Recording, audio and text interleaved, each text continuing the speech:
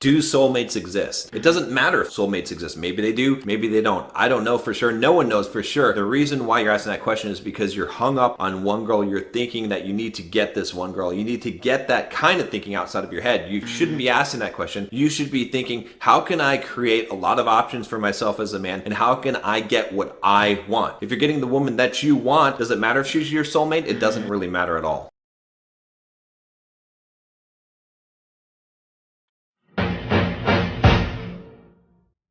It's a hard knock life for us. It's a hard knock.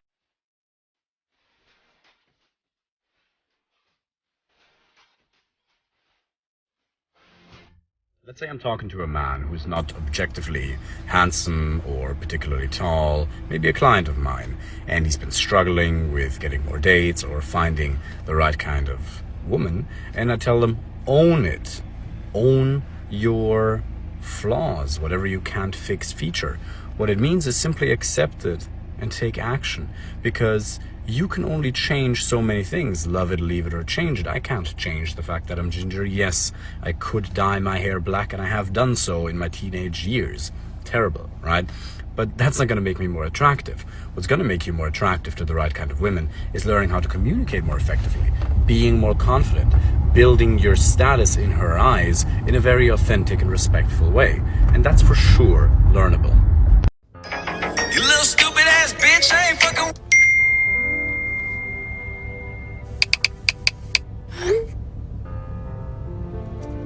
Look, here's the thing. I know that this video is supposed to be playful and supposed to be funny, but let's be real. There's a lot of guys that actually do this.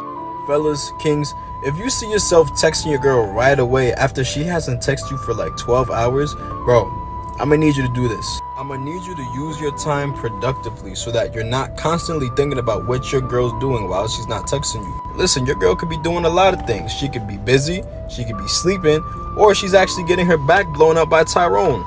But at the end of the day, bro, you can't control what she does. You can only control what you do. So if she's not texting you and she didn't even communicate to you as to why she's not going to be texting you all day, bro, just fill up your time with something else and don't even trip. If you're important to her, she'll reach out to you and tell you what it is. But if she's cheating, bro, it is what it is. You can't control what a cheater does. They gonna cheat on you anyway. Just stay up, kings. Like, that's not that hard. I could easily make money if I really wanted to. Okay. Look, you got. I have a main question. A guy has to bring everything to the table. That's the question. But so does a That's girl. the answer. A guy has to bring everything, and a girl both has to do, bring though. nothing. We live in a day and age where you have to be Absolutely financial. not. We live in. Going against Listen, gender listen. roles, like, We live in a day and age right now where a guy has to be financially stable to date a broke bitch. That's a fucking fact. That's a okay, but fact. not all bitches are broke. Exactly. None Like, of the That's, bitches. hold on, I'm saying the the guy. guys Pause, pause, pause. Let's pause. Like, people have priorities. No, pause. So he didn't say. I didn't say girls don't have their own money. Yeah, he didn't say that. He said a dude has to even have money to bring so much to the table to even date a woman that's an average woman who's still broke and work at McDonald's. That's what he's saying. Exactly. A guy has to bring everything to the table. It's not even a fucking question. Girls literally don't have to bring anything to the table. Even the and I think So you don't have standards? it's not that I don't have standards. It's not that I don't have standards. It's not that I don't have standards, but for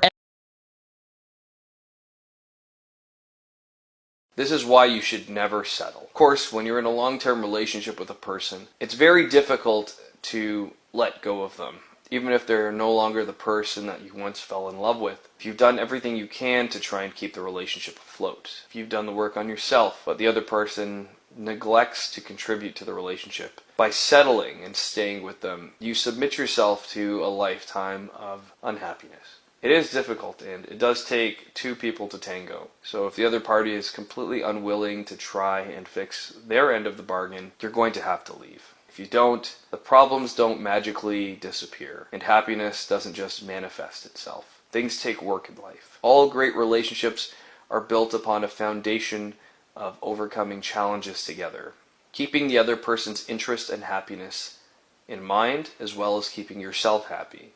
You can't make the other person your everything, and you can't fix other people. Each individual, no matter how much you love each other, has the ability to make their own choices. And if they feel as though their freedoms are being infringed upon, they will revolt. They will resent you. You can't try to push your significant other into becoming the person that you want them to be. You can simply show them the way, and if they don't take it, you have to go out and find someone who exemplifies the behavior that you're looking for, someone who will make an ideal partner. It's going to hurt. It's not going to be good for a little while.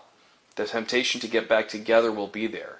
People will tell you that they've changed, but it takes a lot of work. For those of you who have done that work, congratulations. But it doesn't happen overnight. One way or another, you'll either settle and resent them, or you'll actually be able to move forward and find someone who is a better match for you.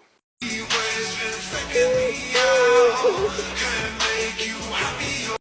don't know what caused this.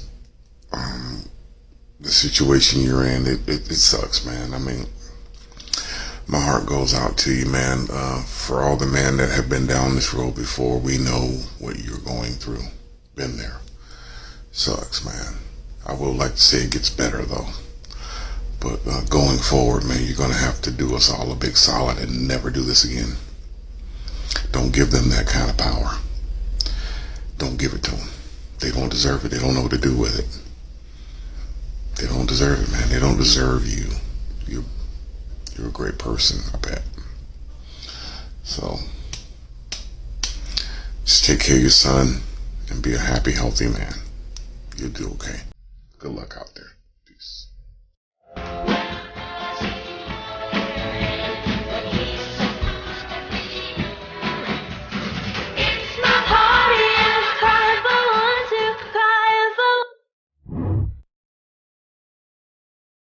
Do this test to see if she is wifey material.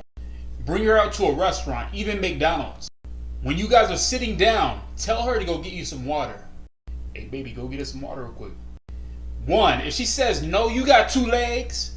Over time, as you guys get more comfortable, just like she said no on the small things, she'll say no on the big things, not wifey material. Let's say she's hesitant, she thinks about it. She would have done it if she wanted to do it. So that hesitance turns to a no, not wifey material. Let's say she gets up and go get you some water with no hesitancy. That girl right there is wifey material. She deserves the best. Gifts, dates, all that. Do this test before you get with the lady. I like men with big dicks. I like women with big butts. What are you saying? What you're implying is that we're sex objects. It's the same thing. It's actually not. Stop watching It's porn the same thing. and learn to appreciate a woman. Wait, I have an idea. Really? What is it? Let's leave. Just kidding again!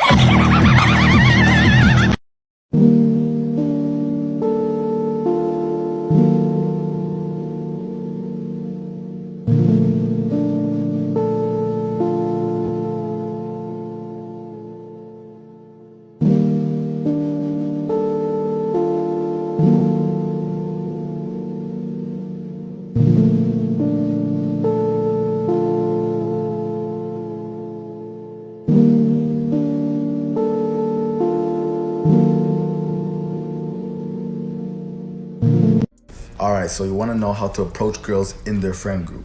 Usually you want the baddie that's in the group. Go up and I want you to find the one that's least attractive in the group. This is going to confuse the girl that's really attractive because most men will go up to her first. This is also going to make the girl that you want question herself if she was looking good that day too. After that, you can easily make the transition to the girl you actually want. And another thing, do not sleep with the unattractive friend. You're not going to get anywhere with that. Simple. Fellas, kings, have y'all ever wondered why athletes, people in fraternities, get the most women in school? I'm gonna tell you why. This is the reason right here. See, naturally, a lot of women, not all, but a lot of women are hypergamous. Hypergamy and being hypergamous basically means that women go for the dudes that have the most status, the most money, the best looks, things like that. So in school, when you think about it, the athletes, the jocks, the fraternity guys, they have the most clout on campus. And naturally, a lot of women like men that other women want. So it basically boils down to these type of guys that have a high status and women wanting them because of that status. That's why I tell y'all to continuously work on yourselves on a daily basis. That means making sure your money's straight, maximizing your appearance, making sure that you work on your social media presence and your status, and ultimately working towards whatever goal and purpose that you're on. And I'm telling you, once you do that, the woman will come naturally.